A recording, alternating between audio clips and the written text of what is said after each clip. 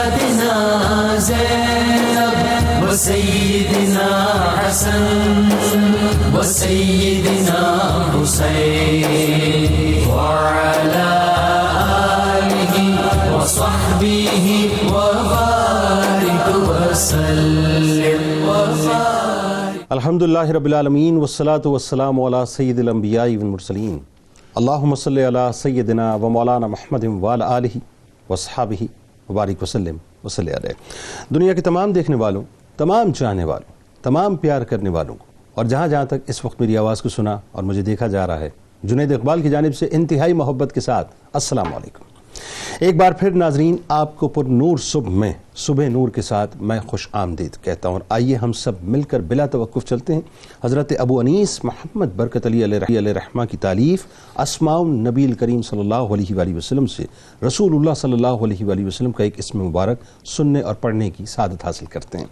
سیدنا الصابر صلی اللہ علیہ وآلہ وسلم، ہمارے سردار صبر فرمانے والے، درود و سلام بھیجے اللہ آپ صلی اللہ علیہ وآلہ وسلم، آپ صلی اللہ علیہ وآلہ وسلم کی آل پاک اور صحابہ کرام رضوان اللہ تعالیٰ علیہم اجمعین پر. ارشاد باری تعالیٰ ہے، آئے ایمان صبر اور نماز سے مدد حاصل کیا کرو، بے شک اللہ تعالیٰ صبر کرنے والوں کے ساتھ ہے. سیدنا ابو ہریرہ رضی اللہ تعالیٰ عنہ حدیث قدسی بیان کرتے ہیں کہ حضور نبی کریم صلی اللہ علیہ وآلہ وسلم نے ارشاد فرمایا کہ اللہ تعالیٰ فرماتا ہے کہ میں جب کسی بندے کی محبوب چیز اس دنیا سے اٹھا لیتا ہوں، یعنی اس دنیا سے اٹھا لیتا ہوں، پھر وہ ثواب کی نیت سے اس پر صبر کرے تو اس کا بدلہ صرف اور صرف جنت ہے. بات ناظرین جب اللہ کے انعام کی آئی، اس کے عطا کی آئی، اور پھر اللہ کی رضا پر راضی رہنے کی بات آئی، تو آج ذکر پاک ہے ایک ایسی ہستی کا، یعنی یوں کہیے کہ ایک ایسے فدائے رسول صلی اللہ علیہ وآلہ وسلم، اگر میں کہوں تو غلط نہ ہوگا، جو عشق مصطفیٰ صلی اللہ علیہ وآلہ وسلم سے سرشار ہیں، سابقون الاولون کی سند لیے ہوئے ہیں، اور عشرہ مبشرہ کا جو خوشخبری کا پروانہ ہے ناظرین وہ تھامے ہوئے ہیں. آپ کا نام دنیا جانتی ہے کہ آپ کو دنیا حضرت طلحہ بن عبید اللہ رضی اللہ تعالیٰ عنہ کے نام سے پکارتی ہے. کنیت آپ کی ابو محمد ہے، جبکہ رسول اللہ صلی اللہ علیہ وآلہ وسلم نے بے انتہا جود و سخا کی بنیاد پر آپ کو طلحۃ الخیر، طلحۃ الجود اور طلحۃ الفیاض کا نام دے رکھا. ذرا سوچئے، یہ سرکار مدینہ صلی اللہ علیہ وآلہ وسلم کی بارگاہ سے آپ کو القاب عطا ہو رہے ہیں. آپ کے والد گرامی کا نام عبید اللہ اور والدہ کا نام صحابہ ہے. حضرت طلحہ رضی اللہ تعالیٰ عنہ کا نسب ناظرین چھٹے یا ساتویں پشت میں سرور کائنات صلی اللہ علیہ وآلہ وسلم سے مل جاتا ہے. حضرت ابو محمد طلحہ بن عبید اللہ رضی اللہ تعالیٰ عنہ کا شمار نہایت عظیم المرتبت صحابہ کرام رضوان اللہ تعالیٰ علیہم اجمعین میں ہوتا ہے. وہ ان 10 صحابہ میں، عشرہ مبشرہ میں شامل ہیں ناظرین، جن کو ساقی کوثر صلی اللہ علیہ وآلہ وسلم نے خود مسجد نبوی میں، نہ صرف مسجد نبوی میں بلکہ منبر رسول صلی اللہ علیہ وآلہ وسلم سے جنت کی بشارت عطا فرمائی ہے. ذرا سوچئے کہ مقام اور مرتبہ کیا ہے کہ حضرت طلحہ رضی اللہ تعالیٰ عنہ کا تعلق قریش کے خاندان بنو تیم سے تھا. قبول اسلام کے بعد ناظرین دوسرے فرزندان توحید کی طرح حضرت طلحہ رضی اللہ تعالیٰ عنہ کو بھی کفار مکہ کے ظلم و ستم کا بے انتہا سامنا کرنا پڑا.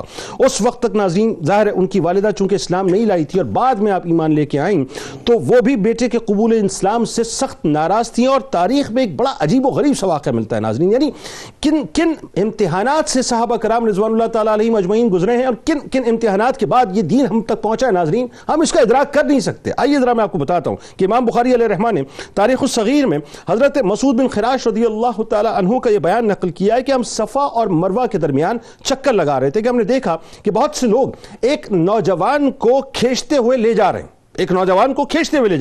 میں نے پوچھا کہ یہ کیا معاملہ ہے تو لوگوں نے کہا کہ طلحہ بن عبید اللہ بے دین ہو گیا معاذ اللہ. ایک عورت، اب ہوا یہ کہ ایک عورت اس کے پیچھے غراتی ہوئی اور اس کو گالیاں دیتی ہوئی اور چلاتی ہوئی آ رہی تھی. تو لوگوں نے پوچھا کہ یہ عورت کون ہے تو لوگوں نے بتایا کہ یہ اس کی ماں صحابہ بنت حضرمی ہیں. ذرا سوچئے ناظرین کہ کن امتحانات سے صحابہ گزرے ہیں.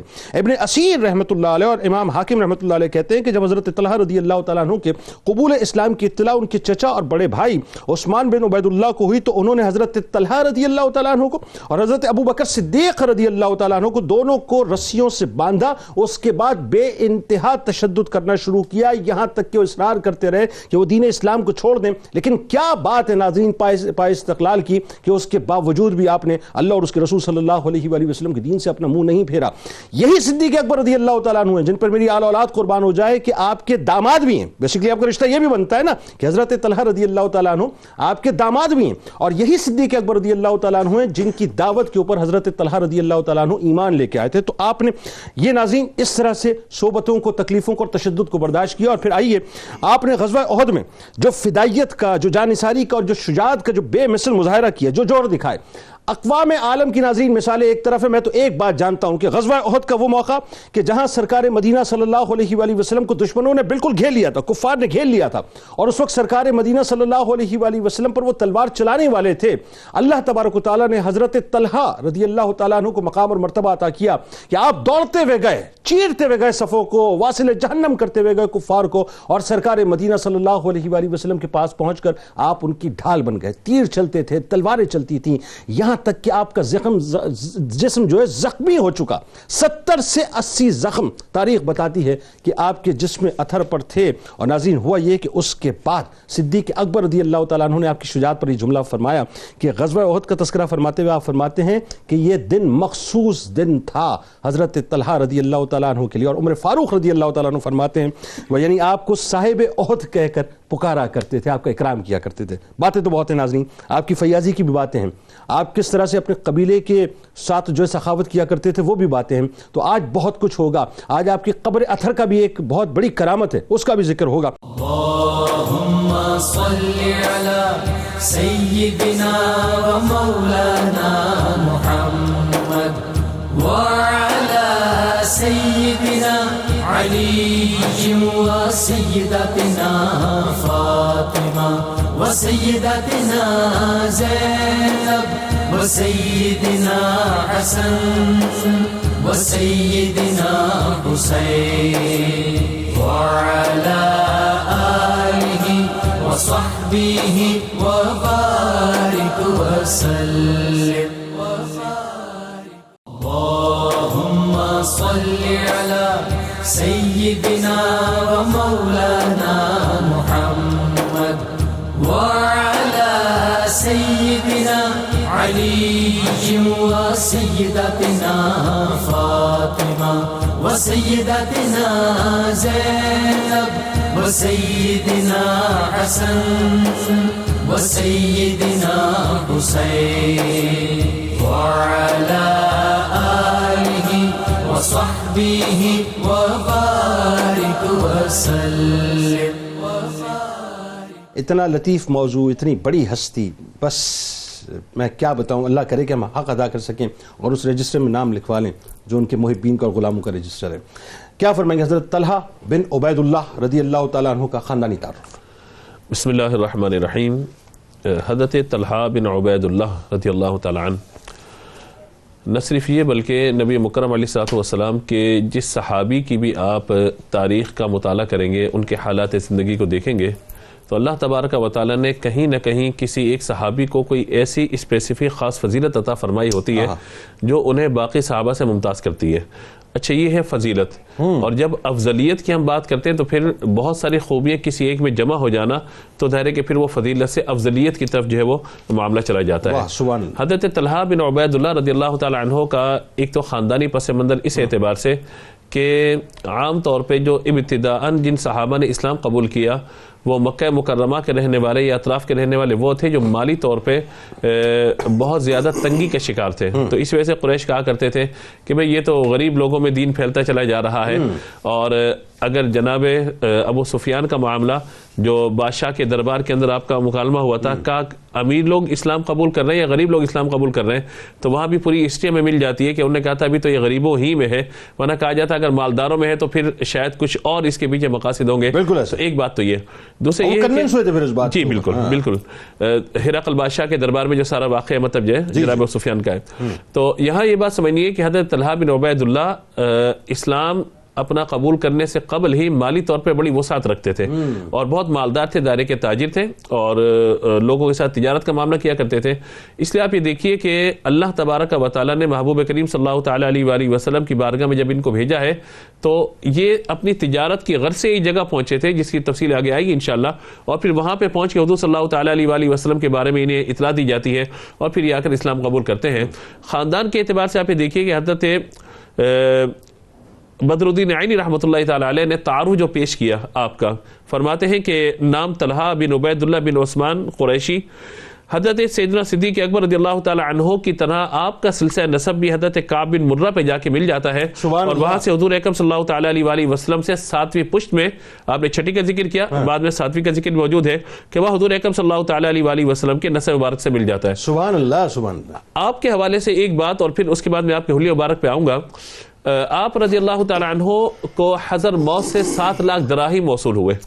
آپ اپنے گھر میں موجود ہیں اور بے چین ہیں، رات کے وقت بہت بے چینی اور بے قراری کے عالم میں ہیں، تو آپ کی زوجہ محترمہ جو سیدہ ام کلثوم حضرت ابوبکر صدیق رضی اللہ تعالیٰ کی صاحبزادی ہیں، انہوں نے کہا کہ آپ کی میں بے قراری اور پریشانی دیکھ رہی ہوں، تو کہا کہ وہ شخص کی جس کی راتیں اللہ تبارک و تعالیٰ کے ذکر عبادت میں گزرتی ہو تو وہ کیسے گوارا کر سکتا ہے کہ اتنی رقم گھر کے اندر موجود ہو. تو انہوں نے کہا پھر آپ ارادہ کر لیجئے کہ اس رقم کو اللہ تعالیٰ کی راہ میں خرچ کر دیجئے. تو آپ یہ دیکھیے یہاں اس واقعے کو بیان کرنے کا مقصد یہ ایک تو یہ کہ آپ اللہ تبارک و تعالیٰ کی راہ میں خرچ کرنے والے جو کلمات خیر حضور صلی اللہ تعالیٰ علیہ وآلہ وسلم نے آپ کے لیے ارشاد فرمائے کہ طلحۃ الخیر، طلحۃ الفیاض اور طلحۃ الجود وغیرہ کے حوالے سے. لیکن اس کے ساتھ ساتھ آپ دیکھیے کہ زوجہ محترمہ حضرت سیدنا ابوبکر صدیق رضی اللہ تعالی عنہ کی صاحبزادی، اس اعتبار سے آپ داماد حضرت صدیق اکبر ہوئے. اور آپ دیکھیے کہ جب میاں بیوی کا حسین رشتہ جو اس نہج پر پہنچ جائے کہ بیوی بھی یہ خواہش رکھے اور شوہر بھی یہ خواہش رکھے کہ سارے کا سارا مال اللہ کے نام میں خرچ ہو جائے، تو آپ دیکھیے کہ کیا مقام و مرتبہ اور جوڑے کا ہوگا. میں تو ایک اور بات دیکھیں، میں سوچ رہا ہوں کیا خوبصورت اللہ تعالیٰ نے آپ کو نسبتیں عطا کی کہ ایک طرف آپ صدیق اکبر رضی اللہ تعالیٰ عنہ کے داماد ہیں اور دوسری طرف ہم زلف مصطفیٰ صلی اللہ علیہ وسلم بھی ہیں. اچھا اب اس بات کو ظاہر ہے یہ ان کی سخاوت پہ تو ابھی اور بات ہوگی کیونکہ بڑی چیزیں حلیہ مبارک پہ میں حلیہ مبارک پہ حضرت امام حاکم رحمۃ اللہ تعالی علیہ نے حضرت طلحہ بن عبید اللہ رضی اللہ تعالیٰ کے حوالے سے لکھا ہے کہ فرماتے ہیں کہ آپ کی رنگت سرخی مائل سفید تھی، قد آپ کا متوسط درمیانہ تھا، سینہ چوڑا اور شان آپ کے کشادہ تھے، جس کا نظارہ غزوہ احد میں ہمیں نظر آتا ہے. آپ رضی اللہ تعالیٰ عنہ جب کسی طرف اپنے چہرے کو کرتے تو مکمل متوجہ ہو جاتے، یوں نہیں کہ یوں دیکھا نہیں، مکمل. اور یہ سرکار علیہ السلام کا ہی انداز تھا، حضور صلی اللہ تعالیٰ علیہ وسلم کا یہ انداز ہوا کرتا تھا. اور حسین چہرے پہ آپ کے ناک مبارک اور آپ کے پاؤں اس قدر بڑے تھے کہ آپ جب چلتے تھے تو بہت تیزی سے چلا کرتے تھے. اسی لیے غزوہ احد کے اندر اگر آپ یہ دیکھیں کہ جب جان نثاری کے جوہر آپ دکھا رہے تھے تو کس تیزی کے ساتھ آپ ہر طرف بڑھتے تھے. تو امام حاکم رحمۃ اللہ تعالی علیہ نے اس اعتبار سے آپ کے حوالے سے بیان فرمایا. اس حوالے سے آخری بات جو اہم ترین بات ہے وہ یہ ہے آپ کے خاندان اور پس منظر کے حوالے سے اللہ تبارک و تعالی نے آپ کو 11 بیٹے عطا فرمائے اللہ، اور حضور صلی اللہ تعالی علیہ وآلہ وسلم کے فرمان کے مطابق کہ اپنی اولاد کا نام، اپنے بچوں کا نام اللہ کے نبیوں کے نام پہ رکھو. آپ نے 11 کے 11 بیٹوں کے نام جو ہے انبیاء کرام علیہ السلام کے نام پہ رکھے. سبحان اللہ. اور یہ کیسی کمال نسبتیں ہیں. یہ میں جب یہ پڑھ رہا تھا جو جذبات آپ نے فرمائی تو یہ میرا خیال ہے آج ہمیں سمجھنی چاہیے یہ باتیں کہ انہوں نے اپنی نسبتوں کو تھام کے رکھا تھا. اچھا اب ایک بات ذرا ہاشمی صاحب یہ بتائیے، ایک اللہ تبارک و تعالیٰ نے آپ کو فضیلت یہ عطا فرمائی کہ آپ سابقون الاولون میں ہیں، اور پھر بات یہ ہے کہ ایک سند آپ کو یہ عطا کروائی بزبان مصطفیٰ صلی اللہ علیہ وآلہ وسلم اور منبر رسول سے کہ آپ عشرہ مبشرہ میں 10 لوگ پوری کائنات میں جب تک کائنات جب سے بنی اور جب تک رہے گی یہ صرف 10 ہی لوگ ہیں جن کو مقام المرتبہ زبان مصطفیٰ صلی اللہ علیہ وسلم سے عطا ہوا. جی بسم اللہ الرحمن الرحیم. اللہم صلی وسلم وبارک علی سیدنا و مولانا محمد وعلی آلہ واصحابہ اجمعین. سب سے پہلے آپ کا بہت بہت شکریہ اس خوبصورت محفل میں انوائٹ کرنے کے لیے. حضرات صحابہ اکرام علیہم رضوان مجموعی طور پر دیکھا جائے تو آپ یہ دیکھیں کہ دنیا کے وہ بہترین لوگ ہیں. اللہ تبارک و تعالیٰ نے اپنے محبوب صلی اللہ تعالیٰ علیہ وآلہ وسلم کے لیے جو ٹیم مقرر فرمائی ہے، متعین فرمائی ہے، وہ ایسے بہترین لوگوں کو چنا ہے کہ ان میں سے ہر ایک شخص اپنی ذات میں ایک بہت بڑی انجمن ہے، ایک چمنستان ہے. اس میں اتنے خوبصورت کمالات ہیں کہ جن کو ہم جمع کرنے جائیں تو ایک بہت بڑی کتاب بن سکتی ہے، اور علماء نے لکھی بھی ہیں. بے شمار کتابیں لکھی ہیں. پھر خود قرآن مجید فرقان حمید اللہ تبارک و تعالیٰ اس میں ان صحابہ کے فضائل، شمائل، خصائل، محامد، محاسن ایسے خوبصورت انداز سے بیان کر رہا ہے کہ صحابہ اکرام کا جو گروہ ہے، اس گروہ میں ہر ایک صحابی کے اندر بہرحال کوئی نہ کوئی ایسی خصوصیت ہے جس کی وجہ سے اللہ تعالیٰ نے اسپیسیفکلی اس کا ذکر جو ہے قرآن مجید میں بیان کیا ہے. چنانچہ حضرت طلحہ بن عبید اللہ رضی اللہ تعالیٰ عنہ کے حوالے سے سورہ احزاب کی آیت نمبر 23 میں اللہ تبارک و تعالیٰ نے ان کے فضائل اور شمائل کو بیان کرتے ہوئے فرمایا کہ من المؤمنین رجال صدقوا اللہ ما عاہد اللہ علیہ فمنہم من قضى نحبہ ومنہم من ينتظر وما بدلوا تبدیلا. مومنوں میں کتنے ہی ایسے شخص ہیں کہ جو اقرار انہوں نے خدا سے کیا تھا اس کو سچ کر دکھایا، تو ان میں سے بعض ایسے ہیں کہ جو اپنی نظر سے فارغ ہو چکے ہیں اور بعض ایسے ہیں کہ جو انتظار کر رہے ہیں. اب وہ جو انتظار کر رہے ہیں اس میں مراد علماء مفسرین فرماتے ہیں کہ حضرت طلحہ بن عبید اللہ رضی اللہ تعالیٰ اللہ اکبر. لفظ نحبہ اپنی لغت کے اعتبار سے موت کے معنی میں بھی استعمال ہوتا ہے، انتظار کے معنی میں بھی استعمال ہوتا ہے. تو یہاں پر ترجمہ یہ کیا جا رہا ہے موت بمعنی شہید کے معنی میں، اور یہاں پر فرمایا جا رہا ہے کہ وہ انتظار کر رہے ہیں. کیوں؟ کہ انہیں شہید ہونا ہے. اللہ.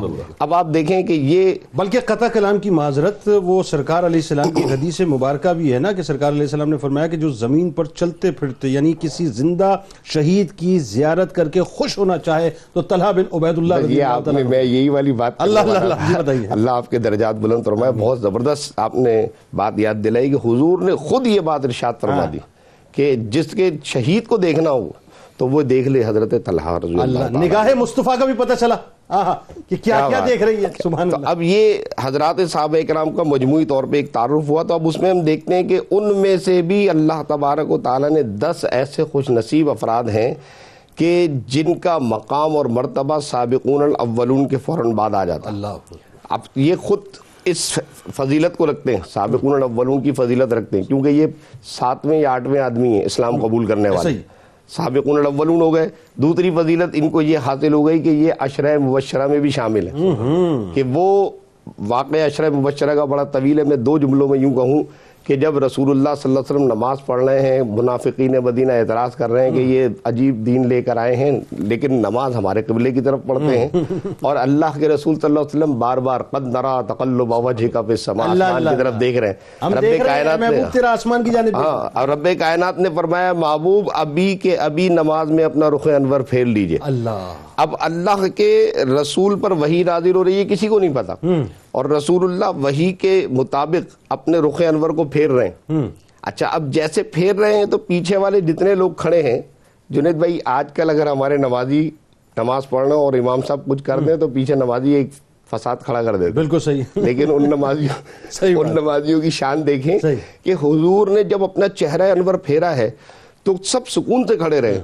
یہ 10 افراد وہ تھے کہ جو بلا چون و چرا کہ ہمیں رسول نے کہا یا نہیں کہا، کیونکہ حضور نے اپنا چہرہ پھیر دیا تو بس ہم بھی اپنا چہرہ پھیر دیں. اللہ. اسی بات کو قرآن مجید فرقان حمید نے فرمایا من یتبع الرسول، یہی تو ہم دیکھنا چاہتے ہیں کہ کون رسول کی اتباع کرنا چاہتا ہے، اور اسی بات پر ہی تو ہم تمہیں بخشش کے انعامات سے نوازنا چاہتے ہیں. یہ ہے وہ عشرہ مبشرہ. اللہ اکبر. بات کو آگے بڑھاتے ہیں اس میں. اب یہ دیکھیں اسی سے ریلیونس ایک بات اور آ گئی نا، یہ منہ پھیرا نہیں ہے ایکچولی، یہ تو منہ بنیادی طور پر رخ مصطفیٰ صلی اللہ علیہ وآلہ وسلم کی طرف پھیرا ہے نا. اصل بات تو یہ ہے. تو اب ان کا جو عشق رسول صلی اللہ علیہ وآلہ وسلم ہے وہ ذرا لوگوں کو بتائیے وہ کیا ہے. بسم اللہ الرحمن الرحیم. جنید بھائی بنیادی طور پر بات یہ ہے کہ صحابہ کرام کا عشق مصطفیٰ صلی اللہ تعالیٰ علیہ وسلم کسی تعارف کا محتاج نہیں ہے. کیوں؟ اس کی بنیادی وجہ یہ ہے کہ ایک تو ہم لفظاً ایمان لاتے ہیں، دوسرا یہ کہ ہم عملاً میدان عمل میں حضور اکرم صلی اللہ تعالیٰ علیہ وسلم کے ساتھ ان صحابہ کرام کو پاتے ہیں. آپ جو فرمائیں منو ان ویسے ہی کرتے ہیں، حتیٰ کہ آپ کی زندگیوں کے اندر سنت مصطفیٰ صلی اللہ تعالی علیہ وسلم کا اظہار ہر موقع پر ہوتا ہے۔ اس کا مطلب یہ ہوا کہ اسلام جو آپ نے حضور اکرم صلی اللہ تعالی علیہ وسلم کی زبان سے سنا، اسے نہ صرف اپنے سراپے میں اتارا بلکہ جہاں پر ٹف اینڈ ہارڈ ٹائم آتا تھا، اور بالخصوص غزوہ احد کا ذکر ہوگا، لیکن میں صرف غزوہ بدر کا ذکر کرتے ہوئے یہاں پہ بتاؤں گا کہ حضور اکرم صلی اللہ تعالی علیہ وسلم نے ارشاد فرمایا کہ ہم نے وہ جو کاروان ہے اس کو ٹریس ڈاؤن کرنا ہے تو آپ کو یہاں سے اب شام جانا پڑا، اور شام سے بہت ہی سبک رفتاری کے ساتھ آپ واپس آئے، اور واپس آ کر حضور کو اطلاع دی کہ وہ اس نے اپنا ٹریک چینج کر دیا ہے۔ پھر اسی طرح آپ یہ دیکھیں کہ سیرت مصطفیٰ صلی اللہ تعالی علیہ وسلم کے اندر اگر آپ دیکھیں گے تو وہاں پر بھی گھر کے اندر باہر جہاں جہاں آپ کو موقع ملا وہاں پر آپ نے حضور اکرم صلی اللہ تعالی علیہ وسلم پر جانثاری کے بے شمار ایسے مظاہر چھوڑے جس کے لیے ہم سب لوگ سوچتے ہیں، غور کرتے ہیں اور اس کے اوپر سیکھنے کی کوشش کرتے ہیں۔ اچھا اس میں یہ بتا دیجیے نا، وہ قبول اسلام کا جو واقعہ ہے، راہب والا جو بصرہ گئے تھے، میرا خیال ہے وہ اس کی تو بڑی پیاری مثال ہے وہ۔ ایگزیکٹلی، اس کو اگر ہم دیکھیں تو ہم جیسے کہ تعارف بھی ہوا کہ حضرت طلحہ رضی اللہ تعالی عنہ، آپ کا تعلق ایک بہت ہی دولت مند خاندان سے اس طور پر تھا کہ آپ کے والد اور آپ خود تاجر تھے، تجارت کی غرض سے آپ شام میں وہاں پہ موجود تھے۔ تو جب وہاں پر موجود تھے تو ایک راہب آتا ہے اور یہ دریافت کرتا ہے کہ آپ میں سے مکہ میں سے کون ہے؟ تو حضرت طلحہ رضی اللہ تعالیٰ عنہ نے فرمایا کہ میں ہوں۔ تو وہ راہب نے پوچھا کہ کیا احمد صلی اللہ تعالیٰ علیہ وسلم کیا وہ تشریف لا چکے ہیں مکہ میں؟ تو اس وقت حضرت طلحہ پر وہ تعارف تو نہیں تھا، لیکن جب آپ واپس تشریف لائے تو پھر آپ کو پتا چلا کہ محمد مصطفیٰ صلی اللہ تعالیٰ علیہ وسلم نے اعلان نبوت فرمایا ہے۔ پھر قریش چونکہ آپ اس کی ایلیٹ لیئر میں موجود تھے تو قریش نے حضرت صدیق اکبر کی طرف آپ کو بھیجا کہ آپ انہیں ترغیب دیں کہ آپ محمد کے ساتھ کیوں ہیں۔ لیکن جب حضرت طلحہ رضی اللہ تعالیٰ عنہ وہاں پر تشریف لے کر جاتے ہیں اور وہاں پر جب گفتگو ہوتی ہے تو آپ صدیق اکبر رضی اللہ تعالیٰ عنہ کی بھی حکمہ، وہ جو قرآن کریم میں ہے نا کہ ادعو الی سبیل ربک بالحکمہ، وہ جو حکمہ ہے دین کی طرف جو حکمت سے بلا، اور پھر آپ یہ دیکھیں کہ ایسا خوبصورت انگیجمنٹ تھی کہ جیسا آپ کا مزاج ہے ویسے ہی آپ نے سوالات پیش کیے۔ تو جیسے پہلا سوال کیا تھا؟ پہلا سوال یہ تھا کہ جب انہوں نے یہ کہا کہ آپ محمد صلی اللہ تعالی علیہ وسلم کے ساتھ کیوں ہو لیے ہیں، تو حضرت طلحہ رضی اللہ تعالی عنہ نے یہ کہا کہ بھئی انہوں نے پوچھا کہ آپ کے خدا کون ہیں، تو انہوں نے بتایا کہ لات، عزا، اس کی بیٹی۔ پھر پوچھا گیا کہ بھئی ان کی یعنی اس خدا جو لات ہے اس کی اہلیہ کون ہے، تو اہلیہ کا تو نام ہی نہیں ہے۔ تو حضرت صدیق اکبر رضی اللہ تعالیٰ عنہ نے فرمایا کہ طلحہ آپ نے دنیا دیکھی ہے، آپ باشعور ہیں، سمجھدار ہیں، آپ کیسے کسی ایسے خدا کو مان سکتے ہیں جس کی بیٹی ہو، اہلیہ نہ ہو؟ لہٰذا آپ کو یہ یقین رکھنا چاہیے کہ محمد مصطفیٰ صلی اللہ تعالیٰ علیہ وسلم جس خدا کی طرف ہم سب کو دعوت دے رہے ہیں اور میں آپ کو دعوت دیتا ہوں، وہ خدا کیا ہے؟ وحدہ لا شریک، اس کا کوئی ہمسر نہیں ہے، اس کی کوئی اولاد نہیں ہے، کوئی اس کو کسی اہلیہ کی ضرورت نہیں ہے، وہ ایسا ہے جو کہ دنیا کو عدم سے پیدا کر سکتا ہے، کوئی نمونہ نہ ہو وہ عدم سے وجود میں لا سکتا ہے، وہ خدا ہونے کے لائق بھی ہے اور مستحق بھی ہے بنفسہ ہی، منطقی اعتبار سے، عقلی اعتبار سے، لہٰذا ہر اعتبار سے آپ پوچھیں گے تو اللہ رب العزت ڈیزرو کرتے ہیں کہ اس کی عبادت کی جائے۔ یہ ہے وہ انداز تبلیغ جو کہ صدیق اکبر نے کنورٹ کیا۔ اور جنید بھائی ایک خاص بات، حضرت صدیق اکبر نے چند خاص جو کہ کنورٹس کیے تھے مسلمان، ان میں سے تمام کے تمام نے وہ کارنامے انجام دی اسلام نے کہ آج جو اسلام موجود ہے اس 21ویں صدی کے اندر، جس کے اندر ڈائنامزم آپ کو نظر آتا ہے، جس میں ریئلٹی آپ کو نظر آتی ہے، وہ انہی کنورٹس کی دین ہے۔ اللهم صل على سيدنا ومولانا محمد وعلى سيدنا علي وسيدتنا فاطمة وسيدتنا زينب وسيدنا حسن وسيدنا حسين وعلى آله وصحبه وبارك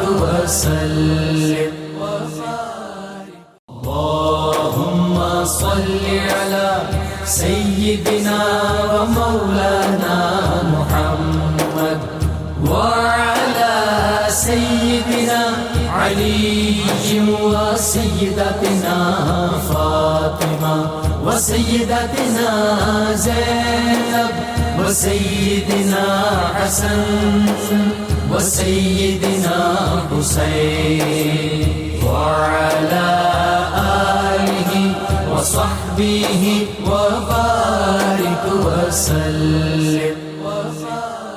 ایک تو مواخات کے حوالے سے مختصراً بتائیے کہ سرکار علیہ السلام نے کن سے آپ کو جو ہے وہ عقد مواخات فرمایا، اور دوسرا جو آپ کی شجاعت کا قصہ غزوہ احد کا ہے خاص طور پہ وہ لوگ سننا چاہتے ہیں، بتائیے. بسم اللہ الرحمن الرحیم. حضرت طلحہ بن عبید اللہ رضی اللہ تعالیٰ عنہ کے حوالے سے جو باتیں ہوئی ہیں ان میں چند القابات علامہ عبدالرؤف مناوی رحمۃ اللہ تعالیٰ علیہ نے آپ کے نقل فرمائے جو حضور صلی اللہ تعالیٰ علیہ وآلہ وسلم کی بارگاہ سے آپ کو عطا ہوئے. فرماتے ہیں ایک تو یہ ہے کہ آپ کو طلحۃ الخیر کہا گیا غزوہ احد کے دن، طلحۃ الخیر آپ کو کہا گیا. اسی طریقے سے غزوہ حنین میں آپ کو طلحۃ الجود کہا گیا، اور غزوہ تبوک کے موقع پہ آپ کو طلحۃ الفیاض کہا گیا. سبحان اللہ. اور غزوہ تبوک کا تو واقعہ بھی ذرا بتا دیجیے نا، کیسا کمال ہے کہ مال جب اپنا جو ہے کتنا کثیر مال سرکار کی بارگاہ میں پیش کیا آپ نے. یہ غزوہ تبوک کا موقع وہ ہے کہ جب یعنی اس جیش کو، اس جنگ کو جیش عسرہ کہا جاتا ہے، تنگی کا عالم. اس تنگی کے عالم میں حضور صلی اللہ تعالیٰ علیہ وآلہ وسلم نے جب طلب فرمایا تھا مال، تو اس میں حضرت عثمان غنی رضی اللہ تعالیٰ عنہ کا بہت بڑا کنٹریبیوشن تھا، اور حضرت طلحہ بن عبید اللہ رضی اللہ تعالیٰ عنہ کا بھی بہت بڑا مال اس کے اندر شامل ہوا تھا. اسی وجہ سے آپ یہ دیکھیں کہ حضور اکرم صلی اللہ تعالیٰ علیہ وسلم کی بارگاہ سے جو آپ کو القابات عطا ہوئے ہیں ان میں ایک تو آپ نے ذکر کیا حضرت ام المومنین عائشہ صدیقہ رضی اللہ تعالیٰ کے حوالے سے 10,000 درہم آپ نے مقرر فرمائے ہوئے تھے. دوسرا یہ تھا کہ ایک بار آپ رضی اللہ تعالیٰ عنہ نے 7 لاکھ کی زمین بیچی اور ساری کی ساری رقم آپ نے فقراء میں تقسیم فرما دی. بالکل ایسا. مزید جو ہے وہ لکھتے ہیں کہ ایک مرتبہ 1 لاکھ درہم آپ نے تقسیم فرمائے، اور تقسیم فرمانے کے بعد آپ کی یہ حالت تھی کہ آپ کے جسم پہ کوئی ایسا لباس موجود نہ تھا گھر پہ کہ جو ایسا مناسب لباس ہوتا کہ آپ اسے پہن کے عبادت کے لیے مسجد میں تشریف لے جاتے، جبکہ آپ کی کھیتی باڑی، آپ کی زمینیں بے انتہا تھیں. جی بہت زیادہ. اسی طریقے سے آپ یہ دیکھیں کہ حضور صلی اللہ تعالیٰ علیہ وآلہ وسلم نے آپ کو جہاں جنت کی بشارت عطا فرمائی ہے، جہاں آپ ابتدائی 8 افراد میں سے اسلام قبول کرنے والے ہیں، وہیں آپ یہ دیکھیے کہ ان 5 افراد میں آپ شامل ہیں کہ جنہوں نے صدیق اکبر اللہ تعالیٰ عنہ کے کہنے پہ اسلام قبول کیا تھا. اسی طرح آپ کی ایک اور خصوصیت یہ ہے کہ حضرت عمر فاروق اعظم رضی اللہ تعالیٰ عنہ نے اپنے بعد جو ایک شورا مقرر فرمائی تھی خلافت کے انتخاب کے لیے، آپ اس شورا کے ممبر تھے، اور آپ حضور صلی اللہ تعالیٰ علیہ وآلہ وسلم کے وہ صحابی ہیں کہ جو آخری وقت تک حضور صلی اللہ تعالیٰ علیہ وآلہ وسلم کے ساتھ اس طرح موجود رہے کہ حضور ان کو دعائیں بھی دیتے تھے اور حضور ان سے راضی بھی رہتے تھے. اب خاص طور پہ غزوہ احد کے جس واقعے کی طرف اشارہ فرما رہے ہیں تو کہا جاتا ہے کہ حضور صلی اللہ تعالیٰ علیہ وآلہ وسلم سے حضرت عائشہ رضی اللہ تعالیٰ عنہ نے ایک مرتبہ پوچھا تھا حضور آپ پہ کوئی تکلیف، کوئی پریشانی کا معاملہ؟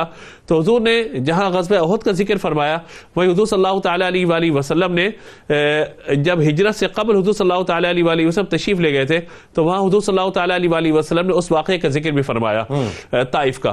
لیکن یہاں جو خاص طور پہ بات ہے، کہا جاتا ہے کہ حضرت ابوبکر صدیق رضی اللہ تعالیٰ عنہ کے حوالے سے، دیگر صحابہ کے حوالے سے، کہ کہا جاتا تھا کہ آج کا دن تو ہے ہی طلحہ کے لیے. اللہ اللہ اللہ. کہا کیسے؟ کہا کہ حضور صلی اللہ تعالیٰ علیہ وآلہ وسلم کے آگے وہ اس طرح موجود تھے، جو تیر آتی تھی، تلوار اور نیزے آتے تھے، تیر آتے تھے، تلواریں یا نیزے آ رہے ہیں، آپ کا ہاتھ سامنے موجود ہے اور آپ کا الٹا شل ہو گیا تھا، اور بعض روایت میں تو کہ آپ کی انگلیاں تک کٹ گئی تھی، مگر ہاتھ آپ کے اس طریقے سے حضور صلی اللہ تعالیٰ علیہ وآلہ وسلم کے سامنے موجود رہا تھا. رحمت عالم صلی اللہ تعالیٰ علیہ وآلہ وسلم آپ کو دعائیں ارشاد فرما رہے تھے.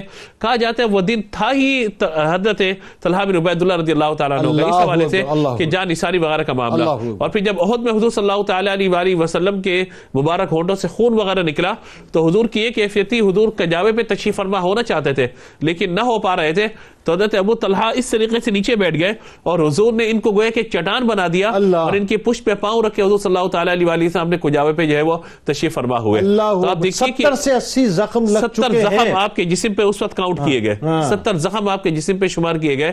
تو یہ وہ جان نثاری ہے. کہا جاتا ہے کہ جب یہ خبر پھیلی تھی کہ حضور صلی اللہ تعالیٰ علیہ وآلہ وسلم کو معاذ اللہ شہید کر دیا گیا غزوہ احد میں، تو آپ تھے جو حضور صلی اللہ تعالیٰ علیہ وآلہ وسلم کے بالکل قریب تھے. دوسرے حضرت سیدنا سعد بن ربیع وقاص رضی اللہ تعالیٰ عنہ تھے، یہ بھی عشرہ مبشرہ میں. اللہ اور ان کے لیے تو حضور صلی اللہ تعالیٰ علیہ وسلم نے کیا فرمایا تھا؟ فرمایا کہ ساتھ تیر چلا تجھ پر میرے ماں باپ قربان ہو جائیں. اور یہ واحد صحابی ہیں جن کے لیے جو یا سیدہ فاطمہ کے لیے جملے سلام اللہ علیہا یا آپ کے لیے جملے. تو یہ حضرت طلحہ بن عبید اللہ رضی اللہ تعالیٰ کی خاص فضیلت ہے.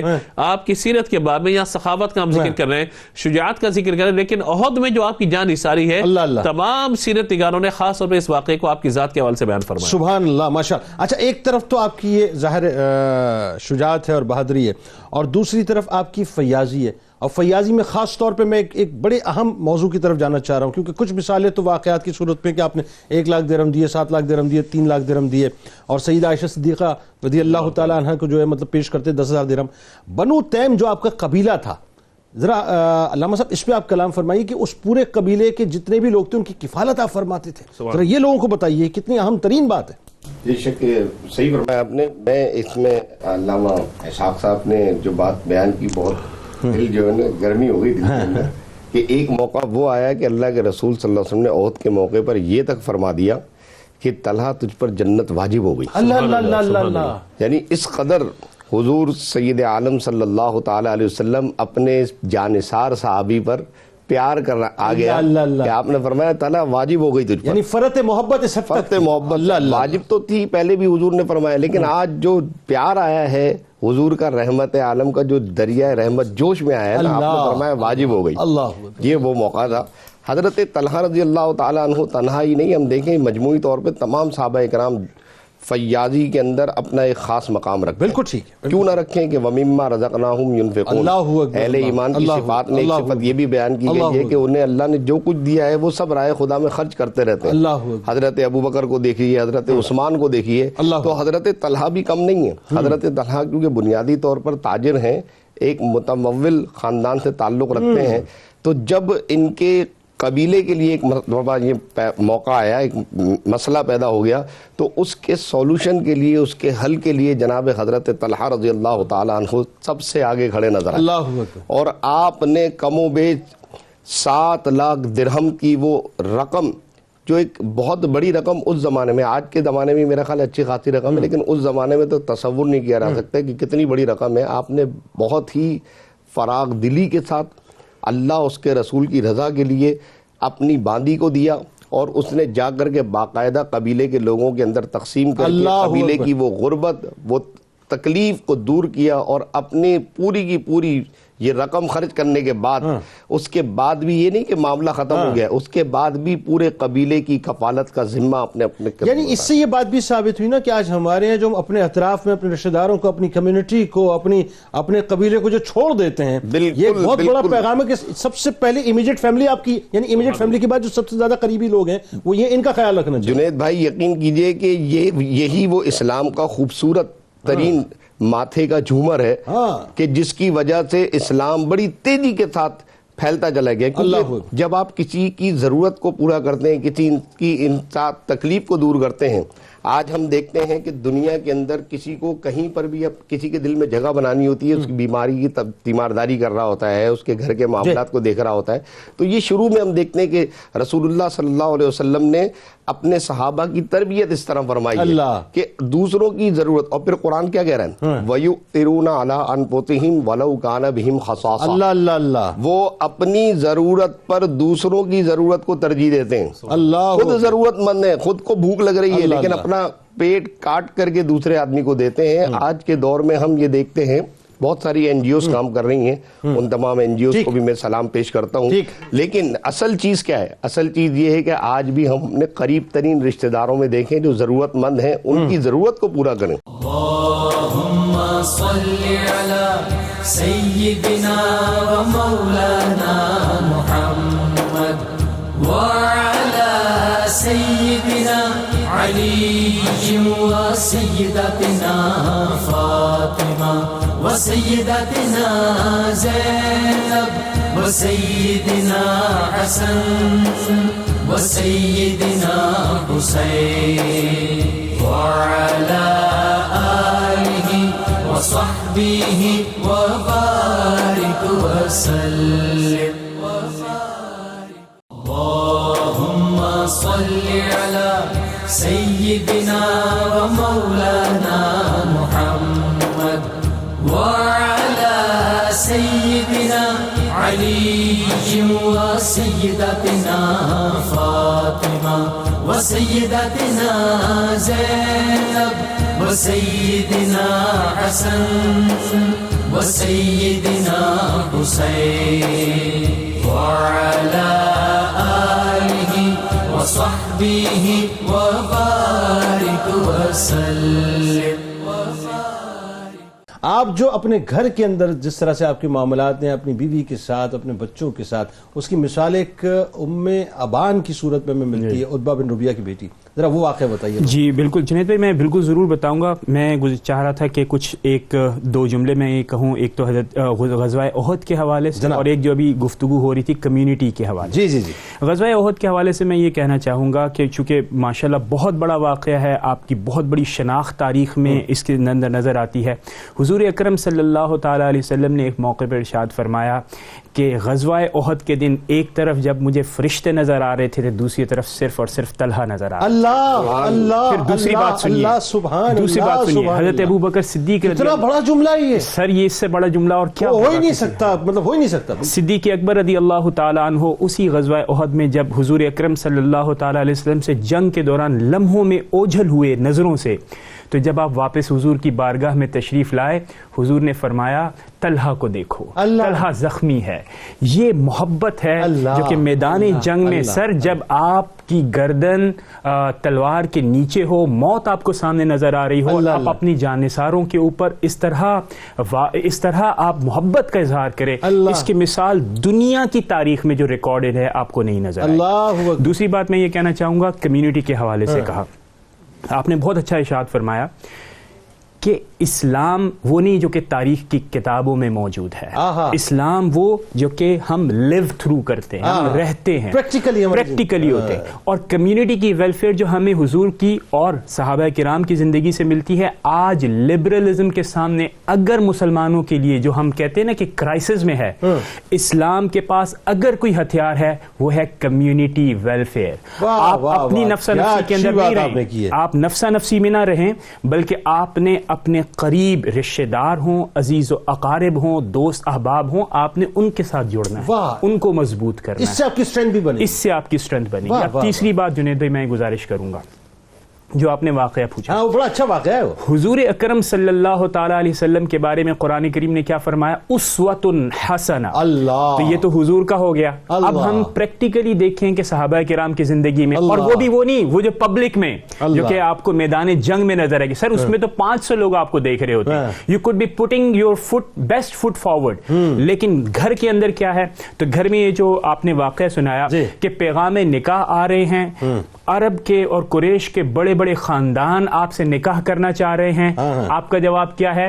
کہ میں حضرت طلحہ رضی اللہ تعالی عنہ سے نکاح کرنا پسند فرماؤں. اللہ اللہ اللہ. پوچھا گیا کہ ان میں ایسی کیا بات ہے؟ پیسہ تو ہمارے پاس بھی ہے، ہم بھی اتنے ہی بڑے گھرانے کے ہیں، خاندان بھی ہمارے پاس ہے، تو ان کے اندر ایسا کیا ہے؟ تو آپ سنیے، اور یہ سب مسلمان دوستوں اور ناظرین کے لیے میری طرف سے پیغام دعوت ہے کہ آپ دیکھیے کہ اسلام وہ نہیں جو کہ مساجد کے اندر صرف پریکٹس کیا جاتا ہے، جو کہ دیگر پریکٹسز کے اندر آپ کو نظر آئے گا. اسلام کا حصہ وہ بھی اتنا ہی ضروری ہے جو کہ گھر کے اندر ہے.